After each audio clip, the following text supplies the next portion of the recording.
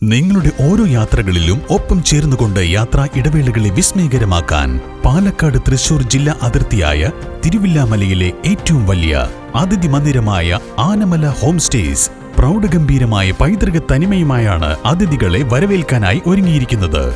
നഗരത്തിന്റെ തിരക്കുകളിൽ നിന്നും മാറി പ്രകൃതി രമണീയവും ശാന്തവുമായ അന്തരീക്ഷത്തിൽ സ്ഥിതി ചെയ്യുന്ന ആനമല ഹോം സ്റ്റേസിൽ 15 മുതൽ 25ഓളം പേർക്ക് വരെ താമസിക്കുവാൻ സാധിക്കുന്ന AC മുറികൾക്കൊപ്പം തന്നെ 200ഓളം പേർക്ക് പങ്കെടുക്കാവുന്ന അവരുടെ മനസ്സിനിണങ്ങുന്ന തരത്തിലുള്ള ഫംഗ്ഷനുകൾ നടത്താനുള്ള സൗകര്യവും ഒരുക്കിയിട്ടുണ്ട്.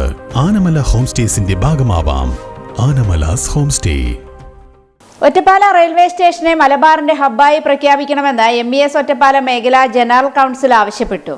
ഷൊർണൂർ ജംഗ്ഷനിൽ നിർത്താതെ പോകുന്ന ട്രെയിൻ യാത്രക്കാർക്ക് ഇത് ഒരു അനുഗ്രഹമാകും.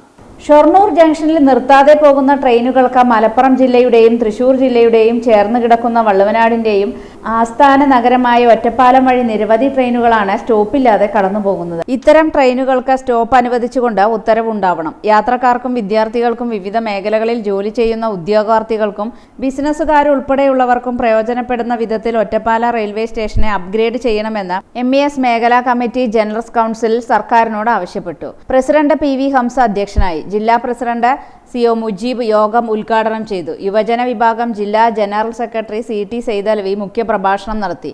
Returning officer P Kunhali Pattambi തെരഞ്ഞെടുപ്പ് നിയന്ത്രിച്ചു.